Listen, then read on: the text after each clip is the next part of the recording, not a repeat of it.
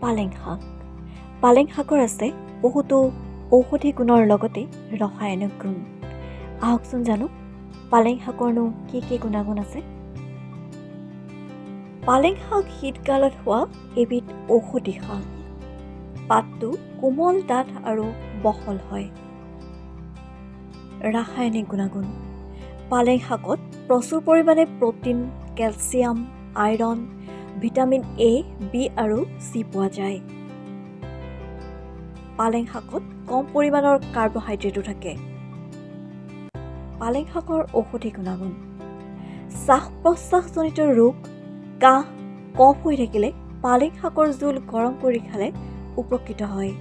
এই জোলত অকণমান ক'লা নিমখ আৰু জালুকৰ গুলি মিহলাই দিব লাগে। এজমা ৰোগীয়ে এনেদৰে খালে সুফল পোৱা যায়। পালেং শাক খালে ৰক্তস্ৰাৱ ৰোগীয়েও সুফল পায়।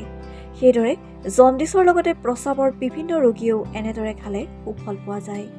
দেহৰ অতিৰিক্ত চৰ্বি হ্ৰাস কৰিবলৈ পালেং শাক খালে সুফল পোৱা যায়।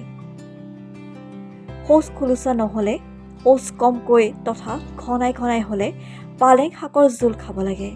পালেং শাক খালে দেহৰ ৰোগ প্ৰতিৰোধ ক্ষমতাও বৃদ্ধি পায়। বিশেষকৈ কৰ্কট ৰোগ প্ৰতিৰোধৰ ক্ষেত্ৰত পালেং শাক খোৱাটো বৰ প্ৰয়োজনীয়। নিম্ন ৰক্তচাপৰ ৰোগীয়ে পালেং শাক খালে সুফল লাভ কৰে। শিশুৰ পয়া লগা ৰোগত পালেং শাক খালে সুফল পোৱা যায়। পালেং শাকত যিহেতু যথেষ্ট পৰিমাণৰ কেলছিয়াম থাকে, সেয়েহে হাড় আৰু দাঁতৰ গঠন সবল হয় আৰু দেহৰ বিষো নাশ হয়। তেজৰ হিমগ্ল'বিন বৃদ্ধি কৰিবলৈ পালেং শাক খাব লাগে।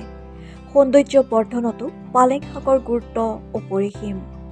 পালেং শাক খালে ছাল নিমজ হয়, কমনীয় গুণ বৃদ্ধি হয় আৰু ছালৰ বিভিন্ন ৰোগৰ পৰাও উপশম পোৱা যায়।